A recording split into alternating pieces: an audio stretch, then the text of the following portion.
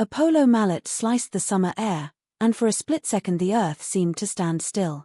One moment Sanjay Kapoor, boardroom titan, gap handicap playmaker, 53 years young, was cantering toward goal. The next he slumped in the saddle as though the horizon itself had vanished.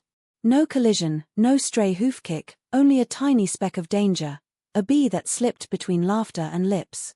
By the time teammates leapt from ponies and paramedics sprinted across the turf, the most exclusive polo club on the Delegagon Road had fallen silent enough to hear a heartbeat or the absence of one. You could almost feel the shock ricochet across continents. In London, royal household aides refreshed encrypted apps. In Frankfurt, automotive investors froze mid-spreadsheet. In Mumbai, film journalists rang each other whispering, "Is it true?" Because Kapoor was no anonymous weekend sportsman. He steered Sona Comstar from local supplier to global e-mobility giant, signed joint ventures in Stuttgart, and still found time to trade thunderous nearside forehands with Prince William during charity fixtures. He inhabited that rare altitude where commerce, cinema, and royalty overlap, and now, suddenly, that constellation had lost its brightest satellite. Bee stings happen every polo season, but inside the mouth, that is a loaded gun. Venom meets soft tissue, swelling races toward airway, and the clock starts a brutal countdown. Kapoor, doctors say, suffered the full cascade: anaphylactic shock, plummeting blood pressure, cardiac arrest. 10 minutes earlier he'd been laughing about a fluffed backhand. 10 minutes later he lay surrounded by emergency kits that somehow never arrive fast enough. Every player on that field carries scars, yet none had witnessed mortality gallop in so fast, so small, so final.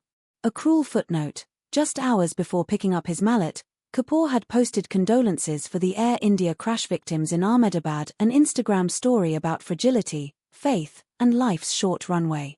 Friends replay the clip now and shiver at its accidental foreshadowing. We scroll, we tap, we sigh, and we forget that algorithms cannot promise tomorrow.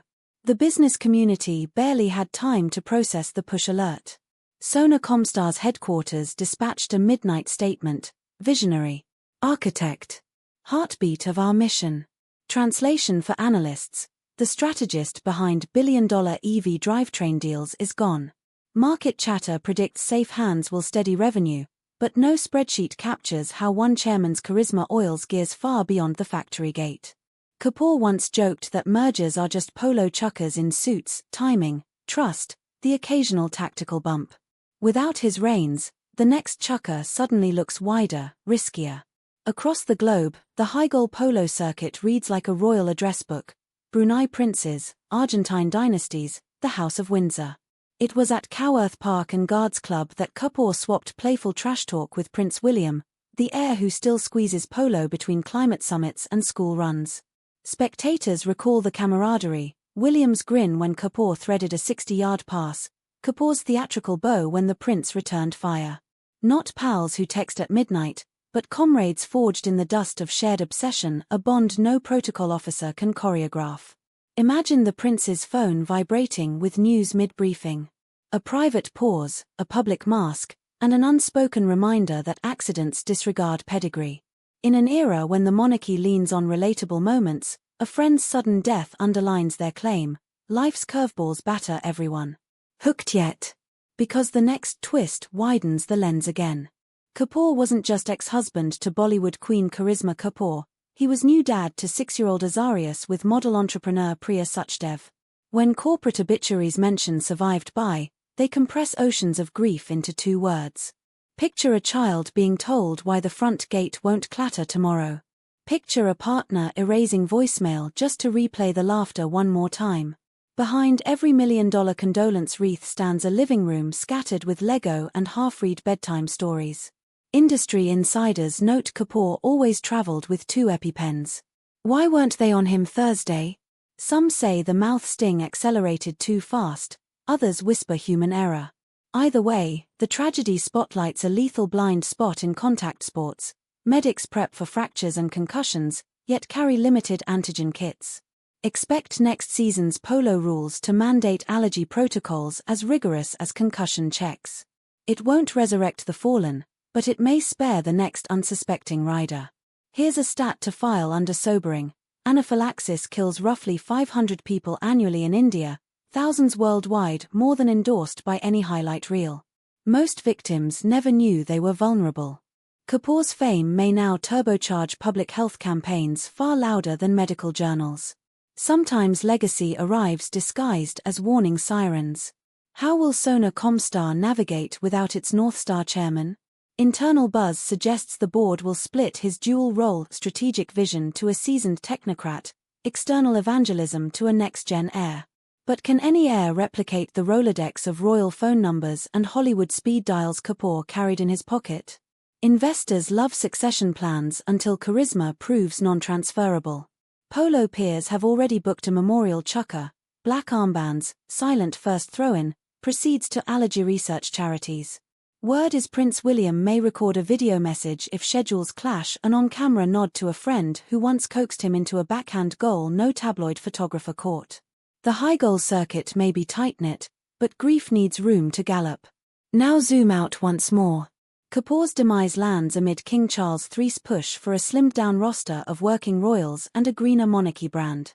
It also collides with Britain's recalibrated ties to India, Commonwealth overtures, trade deals, cricket diplomacy. A single death shouldn't sway bilateral mood, but watch how quietly Downing Street cites Kapoor's cross-border business bridges at upcoming investment summits. Soft power often hides in sympathy bouquets. And what of the everyday audience, viewers, scrollers, you? We consume headlines like disposable coffee cups, sip, discard, forget. But this story delivers a caffeinated jolt. Success, health, privilege, none guarantee a sunset stroll. The villain wasn't a scandal, a rival, or a macro crash. It was a bee doing what bees do. If that doesn't reset your risk radar, check your pulse. Still, despair isn't our final whistle. Out of sudden loss can bloom sudden clarity. Carry medication if allergies lurk. Demand sideline epinephrine at every school match. Treasure the halftime chats with friends who make life's midfield bearable. That's not sentiment, it's strategy for staying upright in a universe that plays rough. So, where do we leave you? With a request, naturally. Hit that subscribe button, leave a comment for Priya and little Azarius, maybe tag a friend who keeps forgetting their EpiPen. Share this video so Kapoor's cautionary tale does more than trend. Let it save a life at the next picnic, the next paddock, the next business retreat. Dusk settles over the empty polo ground now, mallets tucked away, hoofprints fading under sprinkler mist. Grass will regrow, tournaments will resume, but somewhere between the goalposts lingers a circle of silence, a phantom chukker awaiting the player who will never ride out again. Listen closely. The saddle leather still creaks, the bee still hums, the heart still skips one beat shy of forever. Sanjay Kapoor's fatal bee sting, how a polo titan collapsed on the field. Bee, polo, cardiac arrest, inside the tragedy shocking royal circles. Prince William's polo friend dies at 53, the untold story. Boardroom mogul, Bollywood ex, royal ally, Kapoor's sudden end explained. Anaphylaxis on horseback, why a tiny sting took down a billion-dollar boss.